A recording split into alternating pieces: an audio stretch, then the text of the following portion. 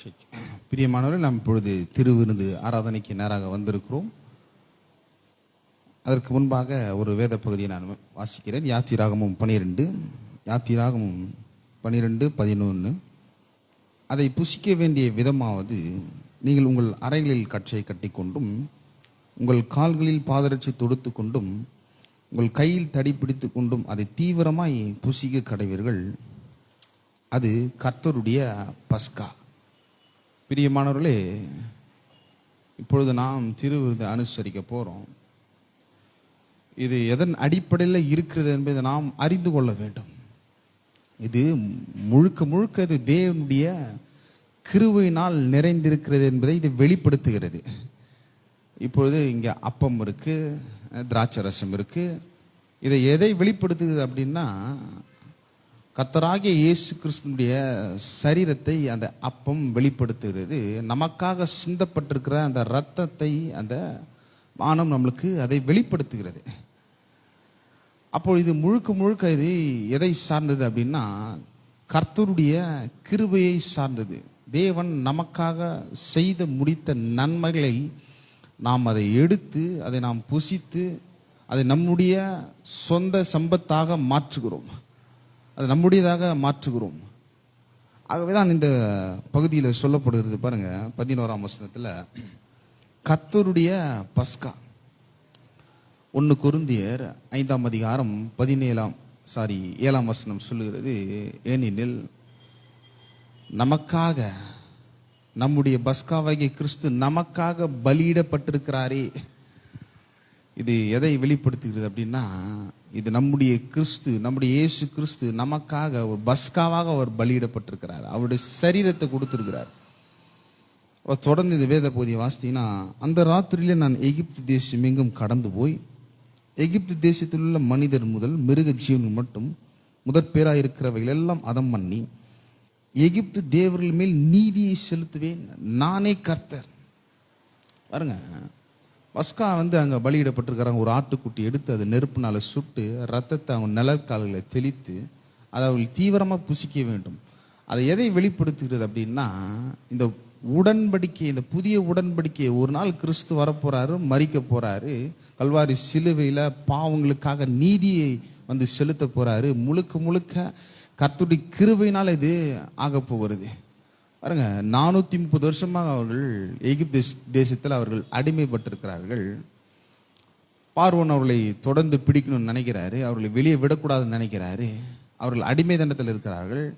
அவர்கள் எப்படி அதிலிருந்து வெளியே வருகிறார்கள் அப்படின்னா, போர் செய்து வரல, சண்டை போட்டு வரல, கத்தி சண்டை போடல, ஈட்டி சண்டை போடல, எந்த ஒரு குதிரை ரதங்களும் அவர்களுக்கு இல்லை. ஆனால் அவர்கள் ஜெயிக்கிறார்கள். அந்த அடிமைதனத்தை எப்படி ஜெயிக்கிறார்கள் அப்படின்னா, இயற்கைக்கு அப்பாற்பட்டு ஒரு காரியத்தை அங்கே தேவன் செய்கிறார். அதுதான் ஒரு உடன்படிக்கை. அங்கே ஒரு ஆட்டுக்குட்டியை தெரிந்து எடுத்து கொள்ளுகிறார். அதை நெருப்பினால் சுட்டப்படணும், அது பலியிடப்படணும், அந்த ரத்தத்தை சிந்தப்படணும், அதை அவர்கள் புசிக்க வேண்டும். இதன் மூலியமாக அந்த எகிப்து தேசத்திலிருந்து அவர்கள், அந்த அடிமைதனத்திலிருந்து அவர்கள் அவங்க வெளியே வராங்க. தேவன் ஒரு நீதியை செலுத்துகிறார். எப்படி? இயற்கைக்கு அப்பாற்பட்டு கிருபையினால் அது செய்கிறவராக இருக்கிறார். சொந்த கிரியையினால் அவர்கள் அதிலிருந்து வெளியே வரல. 430 வருஷமா அடிமைதனத்தில் இருக்கிறார்கள். எந்த ஒரு முயற்சியும் பண்ண முடியல. அவர்களை பார்வோன் ஒடுக்கிறாரு, அவர்களுடைய ஜீவனை கசப்பாக்குறாள். இதே தான் பாவமும் சாபமும் வியாதியும் நம்முடைய வாழ்க்கையில பண்ணி கொண்டிருந்தது. ஆண்டவராக இயேசு கிறிஸ்து நமக்காக பலியிடப்பட்டு கல்வாரி சிலுவையில் அவர் நமக்காக பஸ்காவாக தொங்கி நம்முடைய இடத்தை அவர் எடுத்துக்கொண்டு நம்மை இதிலிருந்து, இந்த பாவத்திலிருந்து, சாபத்திலிருந்து, வியாதியிலிருந்து, தரித்திரத்திலிருந்து நம்மை விடுதலையாக்கி இருக்கிறார். ஆகவேதான் இது முழுக்க கர்த்தருடைய கிருபையா இருக்கிறது. அப்போ நம்ம தைரியமா எடுக்கலாம். பாருங்க, இந்த அப்பம், ரசம் நம்ம எடுக்கும் பொழுது இதை நாம் நினைவில் கொள்ள வேண்டும். இது கல்வாரி சிலுவையில் நமக்காக இயேசு கிறிஸ்து செய்து முடித்திருக்கிறார். இது என்னுடையதான் இருக்கிறது. அதை நாம் தைரியம் எடுத்துக்கொள்ளலாம். பாருங்க, இது கிரியையினால நம்ம செய்தோம் அப்படின்னா எந்த ஒரு ரட்சிப்பும் இல்லை, எந்த ஒரு முன்னேற்றமும் இல்லை, எதுலேயும் நம்ம விடுதலையாக முடியாது. ஒரு மாபெரும் ஒரு பயம் இருக்கும். ஆனால் இப்போ எந்த விதமான பயமும் இல்லை. மரண பயத்தையும் அவர் அகற்றி விட்டார், பயத்தையும் அவர் அகற்றி விட்டார். நம்முடைய வாழ்க்கையிலிருந்து, பாவத்திலிருந்து அவர் விடுதலை ஆக்கியிருக்கிறார் என்பதை இது வெளிப்படுத்துகிறது. ஆகவே இதை நமக்காக அவர் கல்வாரி சிலுவையிலே செய்து முடித்திருக்கிறார். சாபத்தை அவர் ஏற்றுக்கொண்டிருக்கிறார். ஆபிரகாமுக்கு உண்டான ஆசீர்வாதத்தை நமக்கு கொடுத்திருக்கிறார். அது நம்முடையதாக மாற்றியிருக்கிறார். இது எல்லாம் என்னுடையதாக இருக்கிறது. இப்போ நம்ம தேவனுடைய நீதியாக இருக்கிறோம். இப்போ கிறிஸ்துவுக்குள்ள நம்மை அவர் பார்க்கிறார். இது எல்லாம் அவருடைய பலி செலுத்தியிருக்கிறது. இது எல்லாம் அவருடைய ரத்தம் செய்திருக்கிறது. ஆகவேதான் இதை நம்ம அந்த விதத்தில் நாம் அறிந்து கொண்டு இதை விசுவாசித்து நாம் புசிக்கிறவர்களாக இருக்க வேண்டும். நாம் யாவரும் எழுந்து நிற்போம்.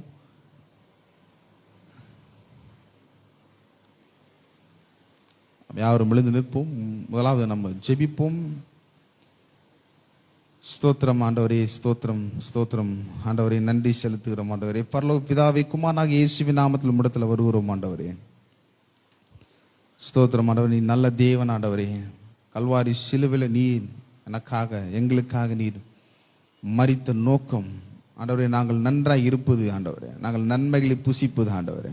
அந்த அடிமதனத்திலிருந்து நீர் நீக்கி அவர்களை பாலும் தேனும் ஓடுகிற நலமும் விசாலமான தேசத்தில் கொண்டு வந்து சேர்த்திருக்கிறது போல இப்பொழுது ஆண்டவரே, பாவம் என்கிற அந்த அடிமையிலிருந்து, பிசாசு ஆண்டவரே எங்கள் மேலே வைத்திருக்கிற அந்த எல்லா விதமான அந்த அடிமையிலிருந்து கர்த்தராகிய இயேசு கிறிஸ்து எங்களுக்காக கல்வாரி சிலுவையில் மரித்து அதிலிருந்து விடுதலையாக்கி இப்போ ஒரு நல்ல வாழ்க்கைக்குள்ளாக எங்களை கொண்டு வந்திருக்கிறார் ஆண்டவரே. அவர் எங்களுக்காக பலியிடப்பட்டிருக்கிறாரே. ஒரே பலியை செலுத்தி ஒரே நீதியை ஆண்டவர் எங்களுக்காக செலுத்தி இருக்கிறார் ஆண்டவர். ஆண்டவர் உமக்கும் ஆண்டவர் எங்களுக்கும் இருந்த அந்த போரை அவர் முடிக்க செய்திருக்கிறார் ஆண்டவர். அந்த பாவ போரை அவர் முடித்து கல்வாரி சிலுவையில் நீதியை செலுத்தி இப்போ கிறிஸ்துவுக்குள்ளே இப்போ எங்களுடைய அவருடைய நீதியாக நீர் எங்களை பார்க்கிறதற்காக நன்றி செலுத்துகிறோம் ஆண்டவரே. ஆண்டவருடைய அப்பத்தை நாங்கள் புசிக்கும் பொழுது, ஆண்டவர் இந்த பானத்தை நாங்கள் குடிக்கும் பொழுது ஆண்டவரை இயற்கைக்கு அப்பாற்பட்டு தேவன் எங்களுடைய வாழ்க்கையில கிருபையின் மூலமாக ஆண்டவரை வேலை செய்கிறார் என்பதை நாங்கள் அங்கீகரிக்கிறோம். அதை நாங்கள் விசுவாசிக்கிறோம் ஆண்டவரே. சுகம் எங்களுடையதாக இருக்கிறது ஆண்டவரே. அதற்காக நன்றி செலுத்துகிறோம். அதை எடுக்கும் பொழுது மாபெரும் ஒரு வெற்றியை நாங்கள் கையில் எடுக்கிறோம், சமாதானத்தை நாங்கள் கையில் எடுக்கிறோம். அது எங்களுடையதாக மாற்றிருக்கிறீர்கள். அதற்காக நன்றி செலுத்துகிறோம் ஆண்டவரே. உடைய கல்வாரி சிலுவைக்காக நன்றி, இயேசுக்காக நன்றி செலுத்துகிறோம். இப்பேற்பட்ட ஒரு உடன்படிக்கை நீர் எங்களுக்கு கொடுத்திருக்கிறீர். அதற்காக நன்றி செலுத்துகிறோம் ஆண்டவரே. நீர் மகிமைப்படுவீராக. இயேசுவின் நாமத்தை நாங்கள் செபிக்கிறோம். ஆமென். பாட்டு பாடுங்க.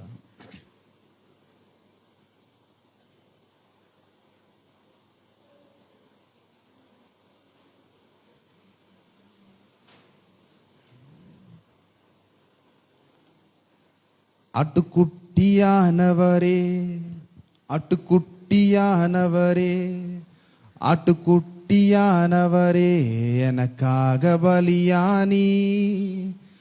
ஆட்டுக்குட்டியானவரே, ஆட்டுக்குட்டியானவரே, ஆட்டுக்குட்டியானவரே, என் பாவங்கள் சுமந்தி உமக்கே எங்கள் ஆராதனை, உமக்கே எங்கள் ஆராதனை. ஆட்டுக்குட்டியானவரே, ஆட்டுக்குட்டியானவரே, ஆட்டுக்குட்டியானவரே, எனக்காக பலியானி.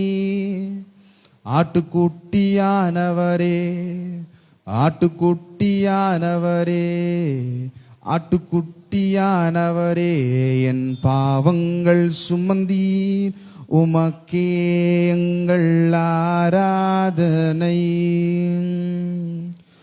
உமக்கே எங்கள் ஆராதனை.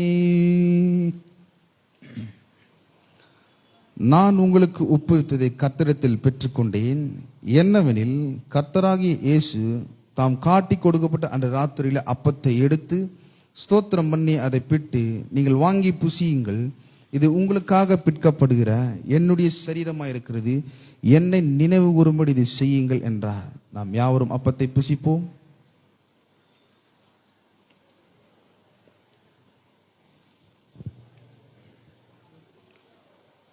போஜனம் பண்ணின பின்பு அவர் அந்தபடியே பாத்திரத்தையும் எடுத்து, இந்த பாத்திரம் என் இரத்தத்தினாலாகிய புதிய உடன்படிக்கையா இருக்கிறது. நீங்கள் இதை பானம் பண்ணும் போதெல்லாம் என்னை நினைவு கூறும்படி இது செய்யுங்கள் என்றார்.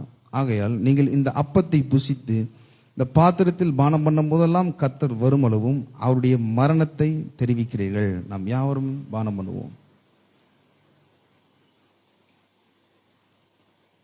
ஆமென். நம் நன்றி செலுத்துவோம். நம்முடைய இருதயத்தை அவருக்கு நேராக நம்ம திறந்து கொடுப்போம். நம்முடைய இருதயம் நன்றியினால் பொங்கி அங்கிருந்து நம்ம கடந்து செல்வோம்.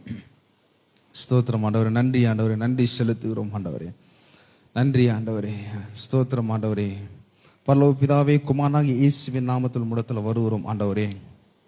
ஆண்டவரே, இந்த ஆராதனை வேளையிலும் ஆண்டவரே நீர் எங்களோடு கூட இருந்தீர் ஆண்டவரே. உம்முடைய வார்த்தையை பிரசங்கிக்கும் பொழுது நீர் எங்களுக்கு ஆண்டவரே பரிசுத்த ஆவியானவர் மூலியமாக நீர் எங்களுக்கு போதித்ததற்காக நன்றி செலுத்துகிறோம் ஆண்டவரே.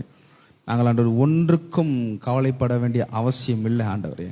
நாங்கள் ஜெபிக்கும்படி நாங்கள் உம்முடைய சமூகத்துக்கு உம்முடைய பிரசன்னத்துக்கு நேராக நாங்கள் வர முடியும் ஆண்டவரே. நாங்கள் எதை பற்றியும் நாங்கள் கவலைப்பட வேண்டிய அவசியம் இல்லை.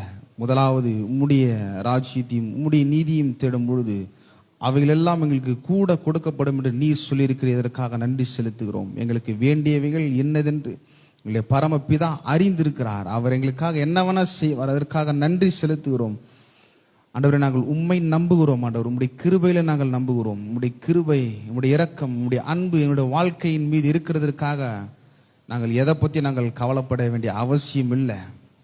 எங்களை பற்றி ஒருவர் அவர் விசாரிக்கிறவராக இருக்கிறார். ஆகவே எங்களுடைய பாரங்களை நாங்கள் அவர் மீது நாங்கள் ஆண்டவர் விட்டு விடுகிறோம். அதை நாங்கள் பிடித்து தொங்க வேண்டிய அவசியம் இல்லை. உடைய வார்த்தைக்காக நன்றி செலுத்துகிறோம் ஆண்டவரே. ஆண்டவரே, ஒரு அற்புதமான தேவனுடைய வார்த்தை எங்களுக்கு நேராக வந்தது, அதற்காக நன்றி. இந்த வார்த்தையை நாங்கள் எங்களுடைய வாழ்க்கையில் அபியாசப்படுத்தி நாங்கள் வெற்றி பெற மேலே வர நீர் கிருபை பாராட்டுவீராக ஆண்டவரே. ஆண்டவரே, இந்த கொடுக்கப்பட்ட வார்த்தை நாங்கள் கவலைப்பட மாட்டோம் என்ற இந்த சத்தியத்தை எங்களுடைய உள்ளத்தில் ஆண்டவர்களுடைய இருதயத்தில் அதை பதிக்கும் செய்யும்படி பரிசுத்த ஆவியானவர் நீர் எங்களுக்கு போதிப்பீர் ஆண்டவரே.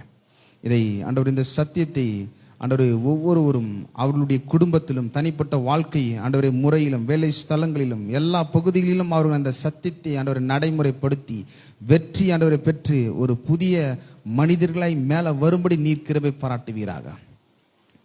உடைய கல்வாரி சிலுவைக்காக நன்றி செலுத்துகிறோம். புதிய உடன்படிக்கைக்கு நீர் எங்களுக்கு வைத்திருக்கிற ஆசீர்வாதத்துக்காக நன்றி செலுத்துகிறோம். உடைய பேரன்புக்காக நன்றி ஆண்டவரே. தேவைகளோடு வந்திருக்கிறவர்களுக்காக நாங்கள் ஜெபிக்கிறோம். அவருடைய தேவைகள் சந்திக்கப்படட்டும் இயேசுவின் நாமத்தினால. சுகா ஜீவிய ஆண்டவரை பலத்தோடு இங்கிருந்து கடந்து செல்லட்டும். போகிலும் வரையிலும் பாதுகாத்துக் கொள்ளட்டும். நீர் மகிமைப்படுவீராக. எல்லா துதி கன மகிமை உமக்கு செலுத்துகிறோம். இயேசுவின் நாமத்தை நாங்கள் ஜெபிக்கிறோம். ஆமென். நம்முடைய கர்த்தராக இயேசு கிறிஸ்துவின் கிருபையும் பிதாவாகிய தேவனுடைய அன்பும் பரிசுத்த ஆவியானுடைய ஐக்கியமும் பாதுகாவலும் இன்றும் என்றும் சதா காலங்களிலும் நம்மோடு இருப்பதாக. ஆமென்.